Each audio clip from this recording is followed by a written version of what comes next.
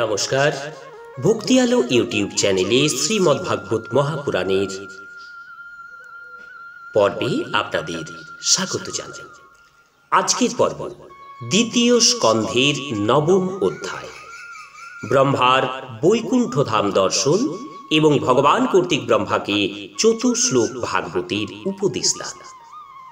শ্রীমদ্ভাগবত মহাপুরাণের প্রতিটি স্কন্ধের প্রতিটি অধ্যায় পুঙ্খানুপুঙ্খভাবে শ্রবণ করার জন্য চ্যানেলে যারা নতুন তাদের অনুরোধ জানাবো, ভাগবতের ধারাবাহিক পর্বগুলি শ্রবণ করতে চ্যানেলটি অবশ্যই সাবস্ক্রাইব করে সাথে থাকুন। আজকের পর্ব ব্রহ্মার বৈকুণ্ঠ ধাম দর্শন এবং ভগবান কর্তৃক ব্রহ্মাকে চতুশ্লোক ভাগবতের উপদেশ দান। ওম নমো ভগবতে বাসুদেবায়। সুখদেব বললেন, হে মহারাজ, স্বপ্নে দেখা ঘটনাবলীর সাথে স্বপ্নদ্রষ্টার যেমন কোনো সম্বন্ধ থাকে না, সেই রকম দেহাতীত অনুভব স্বরূপ আত্মার দৃশ্যমান বস্তুর সাথে কোনো সম্বন্ধেই মায়া ছাড়া সম্ভব নয়। বহু বিচিত্র আকারযুক্ত মায়া দ্বারা জীব নিজেকে বিবিধ বিচিত্র রূপে বোধ করে, আর সেই রূপের মধ্যে যখন বদ্ধ হয়ে যায় তখন এটা আমি, এটা আমার অভিমানযুক্ত হয়ে যায়। কিন্তু যখন জীব গুণকে ক্ষুব্ধকারী কাল এবং মোহ উৎপাদনকারী মায়া, এই দুইয়ের অতীত নিজের অনন্ত স্বরূপে মোহশূন্য হয়ে রমণ করতে থাকে, আত্মারাম হয়ে যায়, তখন এই আমি এবং আমার এই ধারণা পরিত্যাগ করে পূর্ণ তটস্থ গুণাতীত হয়ে যায়। ব্রহ্মার অকপট তপস্যা ভক্তিতে পরিতুষ্ট হয়ে শ্রী ভগবান তাকে তার নিজ স্বরূপ দর্শন করান এবং আত্মতত্ত্ব জ্ঞান দানের লক্ষ্যে তাকে পরম সত্য পরমার্থ লাভের উপায় বলেছিলেন। সেই কথাই আমি তোমাকে শোনাব। ত্রিলোকের আদিদেব পরমগুরু ব্রহ্মা নিজের জন্মস্থান ভগবান নাভিপদ্মে বসে জগৎ সৃষ্টির উপায় চিন্তা করেছিলেন। কিন্তু যে জ্ঞান দৃষ্টিতে সৃষ্টির রচনা হতে পারে আর যে প্রজ্ঞা দ্বারা সৃষ্টির বিস্তার হবে, তা তিনি পেলেন না। এইরকম চিন্তা করতে করতে একদিন সেই প্রলয়কালীন সমুদ্রের মধ্যে তিনি ব্যঞ্জন বর্ণের ষোড়শ এবং একবিংশতিতম ত ও প এই দুটি বর্ণ, তপ তপ অর্থাৎ তপ কর, এরকম দুবার শুনতে পেলেন। হে পরীক্ষিত, পণ্ডিতগণ এই তপস্যাকেই নিষ্কাম ভক্তগণের পরম ধন বলে মান্য করে। তপ তপ এই শব্দ শুনে ব্রহ্মা বক্তাকে দেখবার ইচ্ছায় চারিদিকে তাকালেন, কিন্তু কাউকেই দেখতে পেলেন না। পদ্মের উপরে নিজের আসনে বসে মনে মনে নিশ্চয় করলেন যে তপস্যা করার জন্য আমার উপর প্রত্যক্ষ নির্দেশ এসেছে, এবং এই মনে করে এতেই তার মঙ্গল হবে বুঝে তাতে মনোনিবেশ করলেন। তপশ্চরণশীল তপস্বীদের মধ্যে শ্রেষ্ঠ তপস্বী সেই আদিদেব ব্রহ্মা অব্যর্থ জ্ঞানশালী। তিনি দেব পরিমাণে 1,000 বৎসর পর্যন্ত নির্বিকল্প সমাধি যোগে চিত্ত স্থির করে নিজের প্রাণ, মন, জ্ঞানেন্দ্রিয়, কর্মেন্দ্রিয় সমূহকে বশীভূত করে তীব্র তপস্যা করলেন, যার ফলে তিনি সমস্ত লোকদিকে প্রকাশিত করবার সামর্থ্য অর্জন করলেন। সেই তপস্যায় তুষ্ট হয়ে শ্রী ভগবান নিজের সর্বশ্রেষ্ঠ ধাম, যেখানে ক্লেশ, মোহ এবং ভয় নেই, যেই ধামের একবার মাত্র দর্শন সৌভাগ্যে দেবতারা বারবার তার স্তুতি করে, সেটি দর্শন করালেন। সেই ভগবত ধামে রজ এবং তমগুণের প্রভাব নেই, এবং রজ ও তমগুণ মিশ্র সত্ত্বগুণও সেখানে কার্যকরী হয় না। কালের প্রভাব সেখানে কুণ্ঠিত, মায়া অর্থাৎ ত্রিগুণা প্রকৃতি সেখানে থাকতে পারে না, তাহলে মায়ার সহচররাই বা কি করে সেখানে থাকবে? সেখানে সুরাসুর বন্দিত শ্রীহরির পার্শ্বদগণ বাস করে। দেব এবং দৈত্য উভয়ই তাদের আরাধনা করে। সেই পার্শ্বদের সকলেই অত্যুজ্জ্বল শ্যামবর্ণ, পদ্মের মতো শোভনয়নযুক্ত, পীতবসন পরিহিত, সকলেরই কমনীয় সুকুমার মূর্তি, অঙ্গে অঙ্গে রাশি রাশি সৌন্দর্যের বিচ্ছুরণ। তারা সবাই চতুর্ভুজ, প্রদীপ্ত এবং অত্যন্ত উজ্জ্বল, রত্নখচিত, অত্যুত্তম পদ এবং অন্যান্য অলঙ্কারে ভূষিত এবং অতিশয় তেজস্বী। তাদের অঙ্গচ্ছটা প্রবালের মতো, কারোর বা বৈদুর্যমণি এবং মৃণালের মতো দীপ্তি বিশিষ্ট। তাদের কর্ণে কুণ্ডল, মস্তকে মুকুট, গলায় মালা শোভমান। বিদ্যুৎ পুঞ্জে উদ্ভাসিত মেঘরাশি দ্বারা আকাশ যেমন সুশোভিত হয়ে ওঠে, সেই রকম বৈকুণ্ঠধাম মনোহর কামিনীগণের মতো সমুজ্জ্বল অঙ্গযুক্ত মহাপুরুষদের দিব্য তেজময় বিমানসমূহে স্থানে স্থানে পরিশোভিত ছিল। লক্ষ্মী দেবী অপূর্ব সুন্দর রূপ ধারণ করে বিবিধ বিবিধ দ্বারা নানা প্রকারে বিপুল কীর্তিশী ভগবানের চরণ কমল পূজা করে। কখনো কখনো যখন তিনি দোলনায় দুলতে দুলতে তার প্রিয়তম ভগবানের সুললিত গুণকীর্তন করতে থাকেন, তখন তার সৌন্দর্য, তার অঙ্গ সুরভিতে মদনমত্ত হয়ে ভ্রমরকুল সুমধুর গুঞ্জনে লক্ষ্মীদেবীর মহিমা কীর্তন করতে থাকে। ব্রহ্মা সেই বৈকুণ্ঠলোকে সমস্ত ভগবত ভক্তদের রক্ষক শ্রীপতি, যজ্ঞেশ্বর এবং বিশ্বপতি ভগবানকে বিরাজমান দেখলেন। তিনি আরও দেখলেন যে সুনন্দ, নন্দ, প্রবল, অর্হণ প্রমুখ শ্রেষ্ঠ পার্শ্বদগণ তাদের প্রভুর সেবা করছে। তার মুখকমল সুপ্রসন্ন হাস্যে আরক্ত এবং নয়নে শোভিত, মনোমুগ্ধকর মধুর অমৃত তুল্য হর্ষোৎপাদক তার চোখের দৃষ্টি। মনে হয় যেন নিজ ভক্তগণের প্রতি অনুগ্রহ করার জন্য সর্বদাই উন্মুখ। মস্তকে কিরীট, কর্ণে কুণ্ডল, পীতবসন পরিহিত চতুর্ভুজ শ্রী ভগবানের বক্ষস্থলে সুবর্ণ রেখা সম শ্রী লক্ষ্মী দেবী বিরাজিতা। তিনি সর্বোত্তম বহুমূল্য সিংহাসনে উপবিষ্ট। পুরুষ, প্রকৃতি, মহতত্ত্ব, অহংকার, মন, 10 ইন্দ্রিয়, শব্দাদি, পঞ্চতন মাত্র এবং পঞ্চভূত মূর্তিধারী এই 25 শক্তি দ্বারা তিনি পরিবেষ্টিত হয়ে বিরাজমান। সমগ্র ঐশ্বর্য, সমগ্র ধর্ম, সমগ্র কীর্তি, সমগ্র শ্রী, সমগ্র জ্ঞান, সমগ্র বৈরাগ্য, এই 6টি নিত্যসিদ্ধ স্বরূপভূত শক্তি তার সঙ্গে সততই যুক্ত রয়েছে। সেই সর্বেশ্বর প্রভু নিজের স্বরূপেই সর্বদা পরমানন্দিত রয়েছে। সেই ভগবত দর্শন জনিত আহ্লাদে আপ্লুত অন্তকরণ, হর্ষান্বিত কলেবর, প্রেমাবেগে অশ্রুপূর্ণ নয়ন ব্রহ্মা কেবলমাত্র পরম হংস নিবৃত্তি মার্গ দ্বারা লভ্য শ্রী ভগবানের চরণ কমলে অবনত মস্তকে প্রণাম করলেন।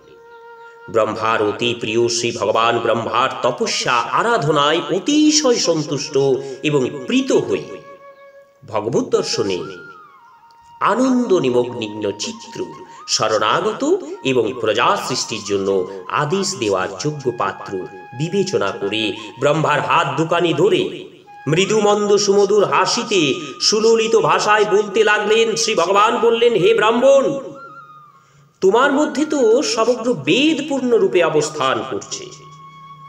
তুমি যে সৃষ্টি রচনার মানসে বহুকাল যাবৎ তপস্যা করেছ, তাতে আমি অত্যন্ত সন্তুষ্ট হয়েছি।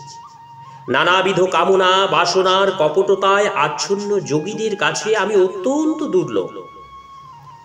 তোমার মঙ্গল হোক। সবকিছু বস্তুর বরদাতা আমার কাছে তুমি তোমার অভিলষিত বর প্রার্থনা করো। সাধকদের সাধনা সিদ্ধির অবসানেই আমার দর্শন লাভ হয়। তুমি আমাকে না দেখেই সেই প্রলয় জলধিতে আমার বাণী শুনে এইরকম কঠোর তপস্যা করেছ। তার ফলে আমার ইচ্ছায় তুমি আমার এই বৈকুণ্ঠ ধামের দর্শন পেয়ে গেছ। সেই সময় সৃষ্টি রচনার ব্যাপারে তুমি কিং কর্তব্য বিমূঢ় ছিলে, সেই জন্য আমি তোমাকে তপস্যায় প্রবর্তিত করেছি। কারণ হে অনল, তপস্যা আমার হৃদয়, আর আমি স্বয়ং তপস্যার আত্মা। তপস্যা দ্বারাই আমি এই সৃষ্টি রচনা করি, তপস্যা দ্বারাই এই সৃষ্টির পালন পোষণ করি, আর অন্তে সেই তপস্যা দ্বারাই এই সৃষ্টিকে নিজের মধ্যে লীন করি। তপস্যা আমার এক দুর্লভ্য মহাশক্তি। ব্রহ্মা বললেন, হে ভগবান, আপনি সমস্ত প্রাণীর অন্তঃকরণে সাক্ষী রূপে বিরাজমান রয়েছেন। আপনার অপ্রতিহত প্রজ্ঞা দ্বারা আপনি নিশ্চয়ই জানেন যে আমি কি করতে চাই। হে প্রভু, আপনি কৃপা করে আমার এই প্রার্থনা পূরণ করুন যে আপনি অরূপ, কর্মজনিত সাধারণ রূপ রহিত, অপ্রাকৃত হলেও আপনার সগুণ এবং নির্গুণ উভয়বিধ রূপেই যেন আমি তত্ত্বত বুঝতে পারি। আপনি মায়ার নিয়ন্তা, সত্য সংকল্প। মাকড়সা যেমন নিজের দেহের থেকে লালা নির্গত করে তন্তু বিস্তার করে এবং পরে নিজের মধ্যেই সেই তন্তু অন্তর্হিত করে, আপনিও তেমনই নিজ যোগমায়ার সহযোগে নানা শক্তি সমন্বিত বিবিধ রূপে বিশ্বকে সৃষ্টি, পালন এবং পরিশেষে সংহার করার জন্য নিজেকেই অনেক রূপে প্রকাশিত করে ক্রীড়া করেন। আপনি কিভাবে এই সৃষ্টি, এই স্থিতি, এই সংহারের লীলা খেলা করেন, এই তত্ত্ব যাতে আমি বুঝতে পারি, সেই মনীষা বা বুদ্ধি আমার মধ্যে নিহিত করুন। আপনি আমার উপর এমন কৃপা করুন যাতে আমি যেন সতর্ক থেকে সাবধানে আপনার আদেশ পালন করতে পারি এবং প্রজা সৃষ্টি কর্মের মধ্যে অহংকার আদি কোনো কর্তৃত্বাভিমান যেন আমাকে স্পর্শ না করে। হে প্রভু, আপনি সখার মতো আমার হাত ধরে আদর করেছেন, সুতরাং লোক সৃষ্টি রূপ আপনার আদেশ পালনে বিপরীত থেকে যতদিন পর্যন্ত পূর্বকল্পের গুণ কর্মানুসারে উত্তম, মধ্যম এবং অধম রূপে প্রাণীগণকে বিভাগ করব, ততদিন যেন আমি কর্তা এইরকম অহংকারযুক্ত উৎকট গর্ব আমার না জন্মায়। শ্রী ভগবান বললেন, অনুভব, প্রেমাভক্তি ও সাধনা সমন্বিত অতীব গোপনীয় আমার স্বরূপ জ্ঞান আমি তোমাকে উপদেশ করছি, গ্রহণ করো। আমার ব্যক্তি, আমার যা স্বরূপ লক্ষণ, আমার যত রূপ গুণ আর লীলা, আমার আশীর্বাদে সেই সকল তত্ত্ববিজ্ঞান তুমি উত্তম রূপে জানতে পারবে। সৃষ্টির পূর্বে মহাপ্রলয়ে কেবল আমি ছিলাম। সেই সময় আমি ছাড়া স্থূল সূক্ষ্ম আর স্থূল সূক্ষ্মের কারণ যে অজ্ঞান কিছুই ছিল না। এই সৃষ্টি যেখানে নেই সেখানে কেবল আমি আছি, এবং এই সৃষ্টি রূপে যা কিছু প্রতীত হচ্ছে তাও আমি, আবার যা কিছু অবশিষ্ট থাকবে তাও আমি। বাস্তবিক যেখানে যা নেই, অর্থাৎ যার অস্তিত্ব নেই, কিন্তু সেখানে একটা কিছু পদার্থের জ্ঞান হচ্ছে, যেমন দুটো চন্দ্র না থাকা সত্ত্বেও আকাশে এবং জলে প্রতিবিম্ব রূপে দুটি চন্দ্র দেখা যায়, যদিও সেটি মিথ্যা। অথবা যা আছে অর্থাৎ বিদ্যমান আছে অথচ বোঝা যাচ্ছে না, যেমন আকাশে রাহু গ্রহ আছে কিন্তু নক্ষত্র সমূহের মধ্যে রাহুর দর্শন হচ্ছে না।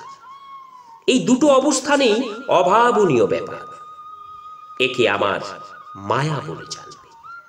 ক্ষিতি, অপ, তেজ প্রভৃতি মহাভূত যেমন ভৌতিক ঘটনা দিতে বা দেব মনুষ্যাদি জীব দেহে অনুপ্রবিষ্ট থাকে, আবার জীব দেহ ছাড়া অন্যত্র আকাশাদি বর্তমান। সুতরাং তাতে অপবৃষ্টিও বটে। সেরকম সেই সব জীব দেহের দেহ দৃষ্টিতে আমি তাদের মধ্যে আত্মারূপে অর্থাৎ চৈতন্য শক্তিরূপে প্রবেশ করে রয়েছি। আবার আত্মদৃষ্টিতে অর্থাৎ তত্ত্বদৃষ্টিতে আমি ছাড়া কোথাও অন্য কিছু নেই বলে আমি এদের মধ্যে প্রবিষ্ট না হয়েও রয়েছি। এটি ব্রহ্ম নয়, এটি ব্রহ্ম নয়, এরকম ব্যতিরিক পদ্ধতি, এবং এটি ব্রহ্ম, এটি ব্রহ্ম, এইরকম অম্বই পদ্ধতির দ্বারা এই সিদ্ধান্তই হয় যে সর্বাতীত এবং সর্বস্বরূপ ভগবানই সর্বদা এবং সর্বত্র অবস্থিত আছে। এটাই প্রকৃত তত্ত্ব। আত্মা বা পরমাত্মার তত্ত্ব জিজ্ঞাসুর এই তত্ত্বই জানা প্রয়োজন। হে ব্রহ্মা, একাগ্রচিত্তে অবিচল সমাধি যোগের দ্বারা আমার এই পূর্বোক্ত সিদ্ধান্তের সম্মুখ অনুষ্ঠান করো, তাহলে কল্পে কল্পে নানাবিধ সৃষ্টিকর্মে ব্যাপৃত থেকেও কখনো মোহগ্রস্ত হবে না। কর্তৃত্বাভিমান কোনো দিনেই হবে না। শ্রী সুখদেব বললেন, জগৎ স্রষ্টা ব্রহ্মাকে এইরকম উপদেশ দিয়ে নিত্য সনাতন শ্রী ভগবান শ্রী হরি ব্রহ্মার সম্মুখেই নিজ রূপ অন্তর্হিত করলেন। সর্বভূত স্বরূপ ব্রহ্মা যখন দেখলেন যে শ্রী ভগবান তার ইন্দ্রিয়গ্রাহ্য স্বরূপকে তার চোখের সামনে থেকে সরিয়ে নিয়েছেন, তখন তিনি কৃতাঞ্জলি পুটে শ্রীহরিকে প্রণাম জানালেন এবং পূর্বকল্পের মতো বিশ্ব রচনা করলেন।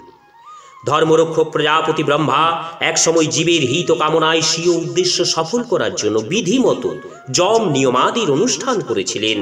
সেই সময় তার পুত্রগণের মধ্যে প্রিয়তম পরম ভক্ত দেবর্ষি নারদ মায়াধীশ্রী ভগবানের মায়ার তত্ত্ব জানবার উদ্দেশ্যে সংযম, বিনয় এবং শোভন স্বভাবরূপ গুণের দ্বারা পিতার সেবায় রত থেকে ব্রহ্মাকে পরিতুষ্ট করেছিলেন। হে মহারাজ পরীক্ষিত, দেবর্ষি নারদ যখন বুঝলেন যে পিতা তার প্রতি প্রসন্ন হয়েছেন, তখন নারদ ব্রহ্মার কাছে সেই প্রশ্নই করেছিলেন যে প্রশ্ন আজ তুমি আমাকে করেছ।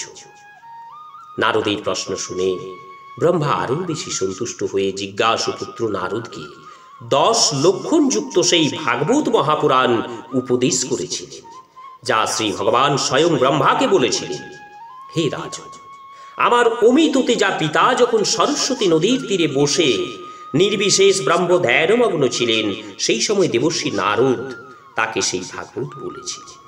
তুমি আমাকে জিজ্ঞাসা করেছ যে বিরাট পুরুষ থেকে এই জগতের উৎপত্তি কিভাবে হয়েছে। আমি শ্রীমদ্ ভাগবত ব্যাখ্যা দ্বারা তোমার সেই প্রশ্নের এবং অন্যান্য প্রশ্নেরও উত্তর দেব। ইতি শ্রী মহর্ষি বেদ ব্যাস প্রণীত পারমহংস সংহিতা শ্রীমদ্ ভাগবত মহাপুরাণে দ্বিতীয় স্কন্ধে নবম অধ্যায় সম্পূর্ণ। ওম তৎসৎ, ওম তৎসৎ, ওম তৎসৎ, ওম শ্রীহরি। শ্রীমদ্ ভাগবত মহাপুরাণের ধারাবাহিক পর্বগুলি শ্রবণ করার জন্য চ্যানেলে যারা নতুন তাদের অনুরোধ জানাবো চ্যানেলটি সাবস্ক্রাইব করে শ্রীমদ্ ভাগবত মহাপুরাণের প্রতিটি স্কন্ধের প্রতিটি অধ্যায়ের পুঙ্খানুপুঙ্খ শ্রবণ করার জন্য। আজ এই পর্যন্তই, আসবো পরবর্তী পর্বে ভাগবতের 10 লক্ষণ নিয়ে। সবাই সুস্থ এবং ভালো থাকুন। ওম শ্রীহরি।